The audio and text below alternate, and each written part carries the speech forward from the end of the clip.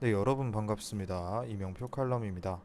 오늘 준비한 경기는 프로토 승부식 55회차 5월 14일 일요일 K리그 분석입니다.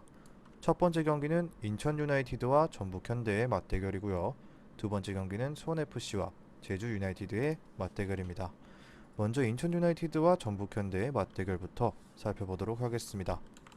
인천은 지난 경기에서 무기력하게 0대2 패배를 기록했습니다. 제주를 상대로. 자, 이날 경기에서 가동할 수 있는 최상의 선발을 꾸렸다는 평가를 받았는데 제주에게 시종 일관 밀리는 모습이었고요. 자, 물론 제주 원정은 섬으로 떠나는 원정이기 때문에 상당히 까다롭다는 점은 감안했어야 했습니다. 여기서 중원에서 신진호, 이명주 듀오가 생각만큼 에너지를 발산하지 못했다라는 것이 조금은 아쉬웠고요. 올 시즌 앞두고 K리그 최고 수준의 중원을 구성했다는 평가까지 받았는데 지난 경기에서는 중원 싸움에서도 밀리는 모습이 보였고 측면 공격에 제대로 대응하지 못했던 것이 실점까지 이어지는 모습을 보이기도 했습니다. 여기에 설상가상으로 주포 역할을 잘 해주면서 인천의 상승세를 이끌었던 천성운이 6주에서 8주 정도 이탈이 불가피한 상황이라는 악재까지 터졌습니다.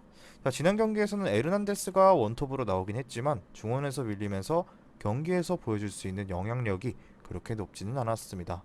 다음은 전북입니다. 지난 경기 3대 0으로 수원 삼성을 잡아내며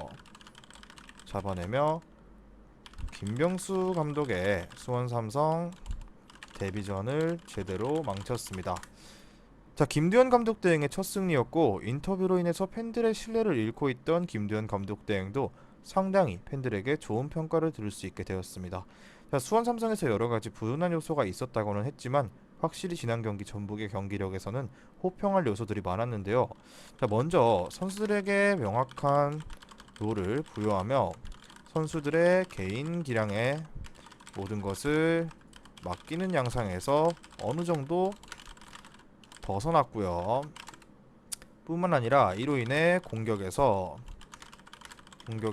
유기적인 움직임이 살아나는 모습을 보였고 특히 백승호를 중앙으로 배치해 공격적인 역할을 수행하게 했다. 이 점이 가장 눈여겨볼 점인데, 자, 백승호가 뛰면서 두 골을 넣는 활약을 하는 모습과 평소에는 중앙과 수비형 미드필더 역할을 수행하면서 득점 가는 거리가 먼 선수였는데 공격적인 배치한 이후 어색함이 전혀 없었고요. 송민규, 이동준 등 주력들이 빠져나간 상황에서 이런 활약을 보였다는 것이 상당히 고무적인 전북입니다. 이번 경기 핵심은 전북의 가능성도 없지는 않다라고 정리를 한 줄로 했습니다. 자, 지난 경기에서 김상식 감독 시절과 다른 전술적인 움직임 그리고 백승호의 공격적인 기용 등 달라진 경기력을 보여준 전북이고요. 인천의 경우 아직 중원에서 확실한 시너지가 없는 상태고요. 뿐만 아니라 공격수의 핵심 천성훈의 이탈도 상당히 뼈아픈 부분이다. 자, 그렇기 때문에 중요 포인트를 정리하자면은 지난 경기 전북은 김상식 감독 체제와는 전혀 다른 전술과 움직임을 보여주면서 반등에 성공했다. 자, 그렇기 때문에 전북의 승 그리고 전북의 핸디캡 승리의 2.5 오버 한번 예상해 보도록 하겠습니다. 다음 경기 분석으로 넘어가도록 하겠습니다. 금일 준비한 프로토 승부식 55회차 고배당 조합입니다. 조합이 궁금하신 분들은 영상 끝까지 시청하시고 영상 아래에 있는 고정 댓글의 링크로 문의 주셔서 수익방에 입장하게 되시면 매일마다 프로토 승부식 주력 조합과 고배당 조합 한 조합씩 무료로 받아보실 수 있습니다. 다음 경기는 수원FC와 제주 유나이티드의 맞대결입니다. 이 경기도 마찬가지로 수원FC부터 살펴보도록 하겠습니다. 지난 경기 대전에게 2대1 패배를 기록했는데요. 자, 전반적으로 기회는 많이 만들었지만 대전이 4백으로 전환하고 나서부터 공격적으로 나서며 균형이 무너졌고 노동건의 치명적인 실수가 선제골까지 이어지면서 경기 흐름이 대전 쪽으로 순식간에 기울어지고 말았던 지난 경기였습니다. 자, 그래도 공격적으로 찬스가 없지는 않았다라고 볼 수 있는데요. 득점을 기록하진 못했지만 이승우가 많은 슈팅을 시도했고 라스 역시 만회골을 터뜨리는 등 상대 이창근 골키퍼의 활약이 아니었다면 승부가 어떻게 될지 몰랐던 상황까지 연출했습니다. 자, 감독은 공격과 수비에서 모두 집중력을 유지할 것을 주문했는데요. 최근 주도권이 상대에게 넘어가게 되면 상당히 부진한 모습을 보여주고 있는 수원FC이기 때문에 감독의 지적에는 타당한 부분이 확실히 있다라고 느껴집니다. 다음은 제주입니다.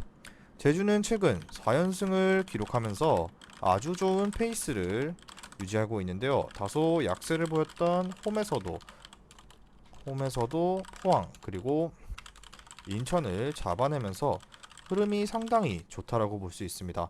지난 경기 신진호, 이명주로 구성된 중앙 싸움에서 전혀 밀리지 않았던 것이 승리의 가장 핵심적인 요인이었고요. 볼 점유율은 제주가 밀렸지만 실속적인 부분에서는 제주 쪽이 좀 더 앞서는 모습이었습니다. 여기에 구자철이 복귀하면서 킬러 패스를 넣어줄 수 있는 자원이 생겼고 실제로 안현범의 골은 구자철의 킬패스에서 시작된 골이었습니다. 자, 그렇기 때문에 상대 오프사이드 라인을 한 방에 무너뜨리면서 생긴 기회였고요. 다만 우려되는 부분도 없지 않게 있는데요. 걱정되는 부분은 홈에서 두 경기를 치르고 제주에서 수원까지 가야 하는 일정이라 일정이 상당히 빠듯했고 선수단의 피로도가 어느 정도 쌓였다라고 볼 수 있습니다. 자, 현대 UTU의 모습을 보여주고 있고 원정 3연전에서는 팀 페이스를 올리는 성과를 거두기도 했지만 두중 경기와 주말 원정이라는 이중고는 분명 팀에게는 부담이 될 수밖에 없습니다. 자, 그렇기 때문에 결론을 짓자면 제주가 최근 분위기는 아주 좋다. 하지만 주중 경기를 치르고 제주에서 수원으로 이동하는 힘든 일정을 소화해야 하는 상황이다. 즉 제주의 피로도가 꽤 높다는 점을 고려하면 수원FC의 집중력만 높아지면 충분히 득점을 만들 수 있는 전력임을 보여주기도 했기 때문에 최우선적으로는 다득점의 경기를 예상해보면서 중요 포인트는 제주는 주중 경기를 치르고 수원까지 가는 고된 일정을 소화하며 선수단의 피로도가 어느 정도 쌓여있는 상태입니다. 그렇기 때문에 이번 경기는 무승부 쪽 접근과 수원FC의 핸디승 플러스 1.0 그리고 2.5 기준 오버를 최우선적으로 추천드리도록 하겠습니다. 자, 오늘 준비한 경기 분석은 여기까지고요. 최종 조합은 영상 하단에 고정 댓글에 링크를 클릭하시면 매일마다 주력 조합, 고배당 조합 한 조합씩 무료로 받아보실 수 있습니다. 미리 말씀드리지만 제가 프리뷰해드린 내용은 말 그대로 내용 분석입니다. 수익으로 이어지는 최종 조합은 유튜브에 공개할 수가 없기 때문에 현재 영상 고정 댓글로 카톡 주시면 경기별 실시간 라인업 및 심판 성향까지 분석한 최종 조합 드리겠습니다. 저를 모르시는 분도 건승하시는 하루 되세요.